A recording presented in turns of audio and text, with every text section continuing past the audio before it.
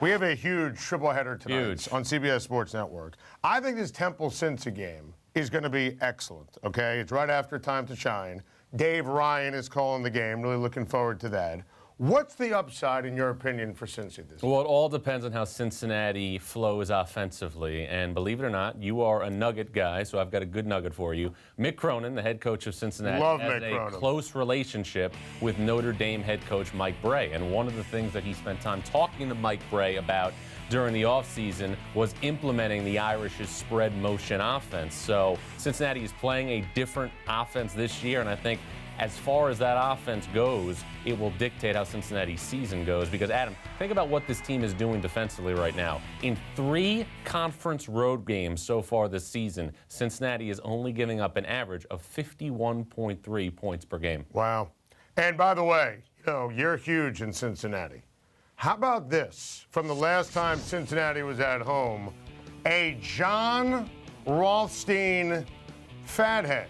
Are we going to be seeing that in the crowd again tonight? Got to tune in, 7 o'clock tip-off. What was a more thrilling moment for you, this or petting Otto? I think you can answer that own question. The answer would be, of course, petting Otto. Fair enough. Illinois State, Bradley in our second game tonight on CBS Sports Network. Give us a nugget on those teams. Well, Bradley is building in the Missouri Valley Conference, but Illinois State is an interesting team.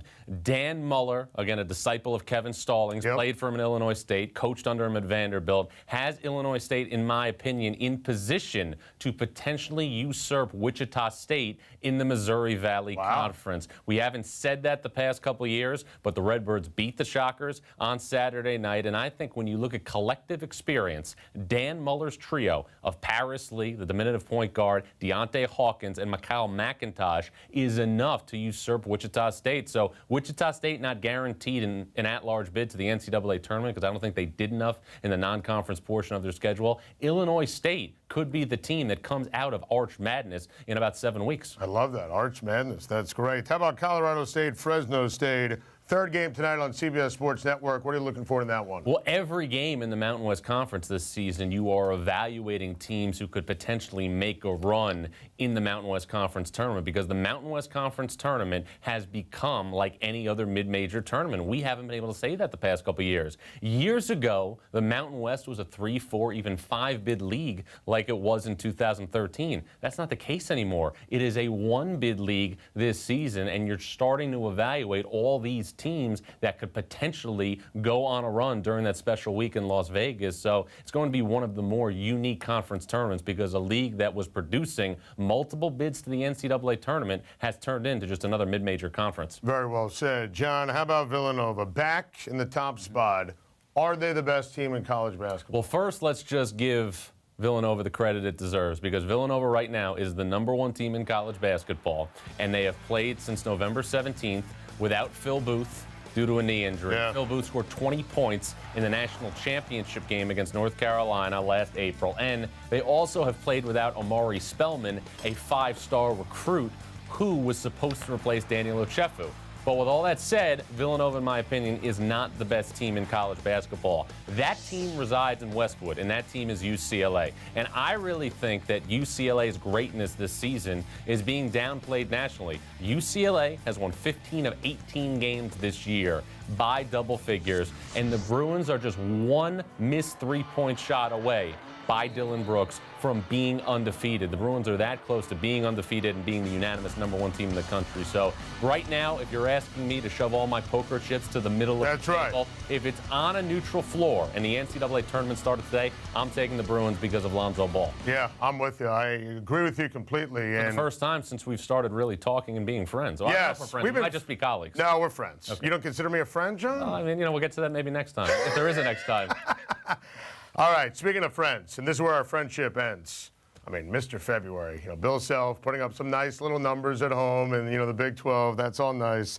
How good is this Kansas team this year? Perimeter-wise, the best in college basketball because of the emergence of LaGerald Vick. He only played 91 minutes last year as a freshman, but now he looks like the most improved player in college basketball. He gives Kansas a dynamic third guard alongside Devontae Graham and Frank Mason. But, Adam, this Kansas team does not have bona fide bigs like we we've seen under Bill Self. And really, that's been the hallmark of their program. Sure. Multiple big men who they could rotate in interchangeable ways. Right now, this is a guard-oriented team, and it's a team, when you watch them, that looks almost more like a Villanova team than a Kansas team because they feature so many more perimeter pieces. Feels so terrible for Maurice Watson. The torn ACL. Awful. It's brutal for him. It's brutal for Creighton. The Big East. Yeah, I mean, just the buzz of college basketball. Sure. That was a fun team to watch.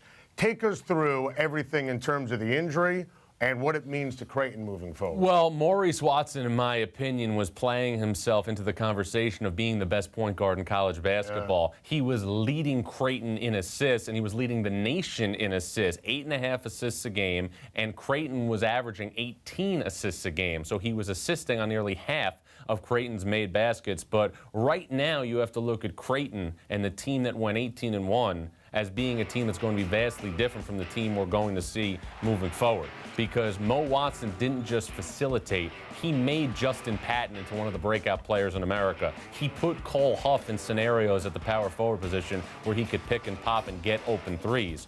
Greg McDermott and all of the coaches in college basketball will attest to this, is one of the great offensive minds that we have in the sport. Sure. But the formula that he used to manufacture offense for Creighton so far is going to be vastly different from the formula we're going to see moving forward between now and Selection Sunday. Do you look at Kentucky as a team that can go to the Final Four? Right now, I'm not so sure. And one thing that you have to look at is the level of competition. And with all due respect to the teams in the SEC, Kentucky is not going to be as battle-tested as teams that play in the ACC or the Big 12 or even the Big 10 or the Pac-12.